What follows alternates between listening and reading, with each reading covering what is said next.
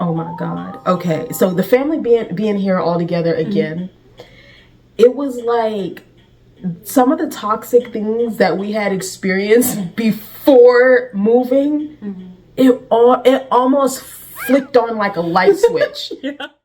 Hi everybody, my name is Aaliyah Summers and I am the eldest of 9 children, and today I am with my mom, and we recently have visited America for the first time, all 11 of us. So we're sitting here having tea and talking about our expectations versus reality. We came to you and was like, we're moving to Africa, and you had no idea of what this place looked like, what was there, you know. Only you know what was going through your mind versus when I arrived. I was thinking, oh boy, we're gonna be dehydrated. There's no water in Africa. What? That's what they tell us. All the kids. Nobody told you there was no water. Yes.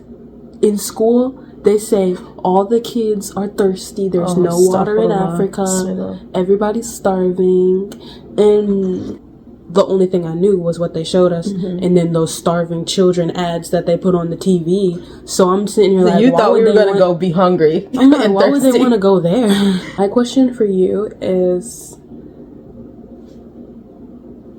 your children, the young ones, when they first got to Gambia, what was the thing that you saw change the most, like the most impactful thing of their initial settling in? Okay. I definitely noticed them become interested in a lot of the things around them and less attached to devices like the cell phones, the tablets. That was even one of the big reasons for moving, was like wanting them to get more out of life. So then when we arrived and they were excited about running free outside, them seeing the chickens, seeing the free roaming animals, becoming curious, and it was like they just came alive outside of zombie land. Like the cell phone and the tablet and the same robotic time play that's just meaningless. Yeah. If a perfect stranger approached you and was really interested in moving to Gambia and wanted to know what your biggest benefit has been with living there, like how would you give them what would be your genuine response to that if you actually sat and put some thought into it? I think the biggest benefit that I've gotten from moving from Gambia is moving to Gambia is having a whole new mind, like perspective on life. When you're in America and you've only seen what's in America, you have a different mind than when you've seen other places, you've experienced other life experiences. So you can never go back to the mind that you had before. You will always have that same mind. Does that make sense? Definitely. So it's like you're more open-minded. You're enlightened. And you realize the lies that you've been fed about the rest of the world. Like, oh yeah. Because I know I'm the one that asked you the question, but I just It's about to have the CIA knock on your door.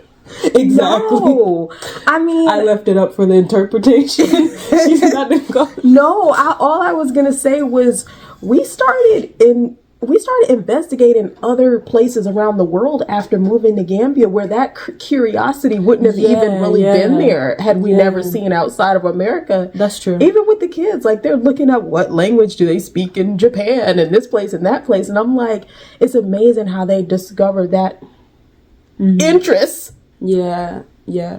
So for sure, because when you're in America, all you know is America. You're like, oh, America's the best. I don't have to do anything or anything. But when you see other places, you're like, there's a whole world out there that you knew that it was there, but you didn't really care. You didn't care, really. Yeah. Okay. The top few things that you appreciate the most about being like temporarily in the U.S. Experiencing the U.S. with my family for the first time in like 4 years. I get to see what it's like. I appreciate that. Yeah. Because I was curious, because the girls, they've been wanting to come back for a while. I mean, we didn't go to South Carolina yet, but I just seeing them and I'm like, oh wow. Do they look impressed? No. Not like, oh wow, this is what you really wanted. Now look at you. But I kept that part in my head, but you wanted me to keep going. No, but it was just, I appreciate seeing it, because I was thinking, oh, they wanted it, like, I was feeling bad, because I came back and forth multiple times. I was feeling bad. So I appreciate actually getting to see that they're not impressed. Yeah, at least, I mean... Not yet. Yeah, once we go to South Carolina, maybe. But, I don't know. I'm happy that I got to see it, at least. So... ask me something you think I don't want to answer. The horns are coming. This is the last question because I know I'm gonna be clutching my pearls afterwards. So, I know that, I mean, from the inside looking, I know that father is, not exactly taking this, how you expected. So explain, what did you expect him to react initially versus how it actually happened this first week? What was the most surprising thing and what was like expected? The most surprising thing, subhanAllah, the most surprising thing has been oh my God. Okay, so the family being here all together again, it was like some of the toxic things that we had experienced before moving, it almost flicked on like a light switch. Yeah. Like, let me give you an example. And I don't even think that daddy is aware. I don't think he's aware of like why, but I want to give you an example before. Let me see. Should I give the example before I finish answering the question?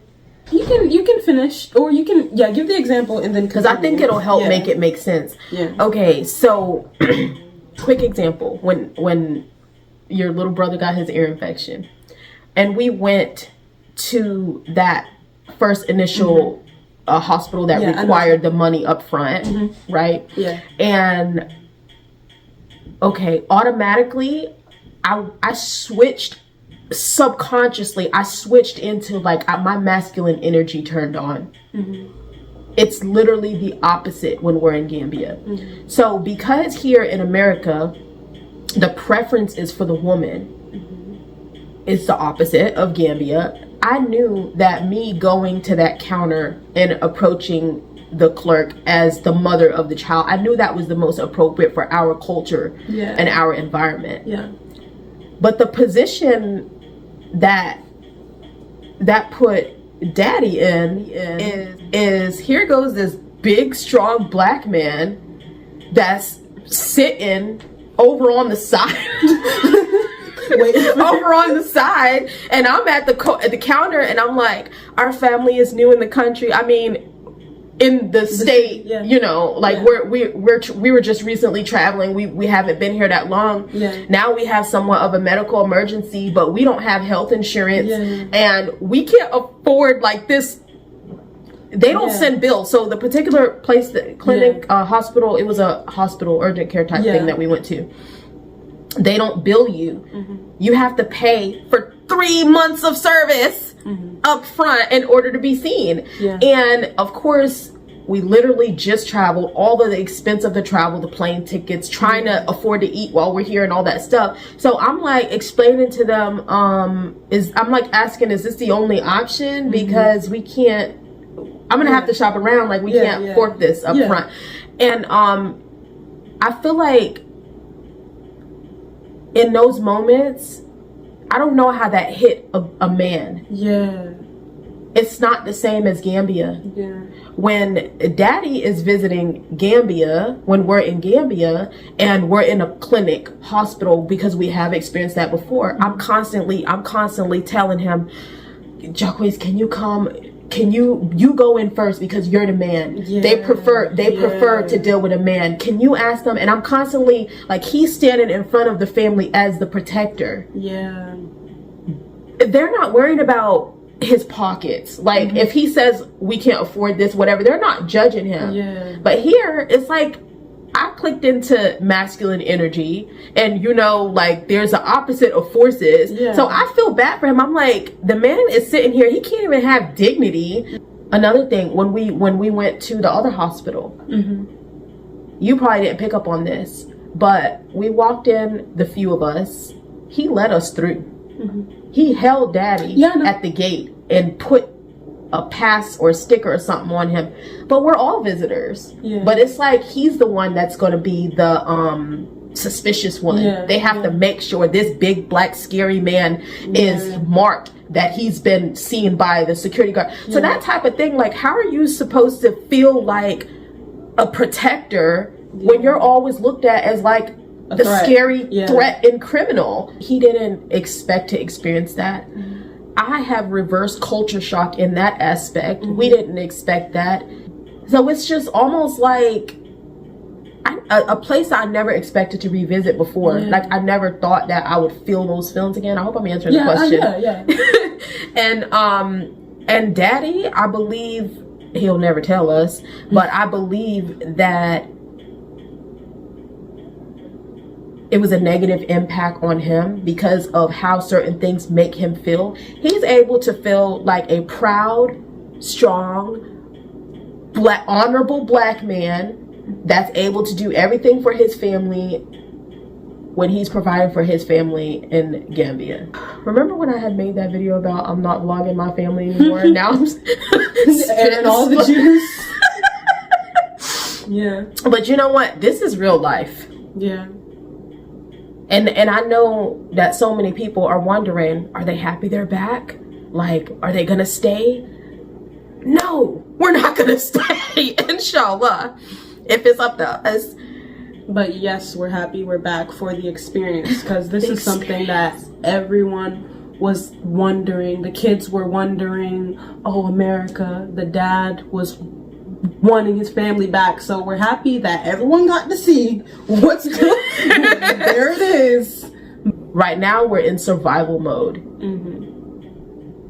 And it's literally because everything that was normal is not the case anymore.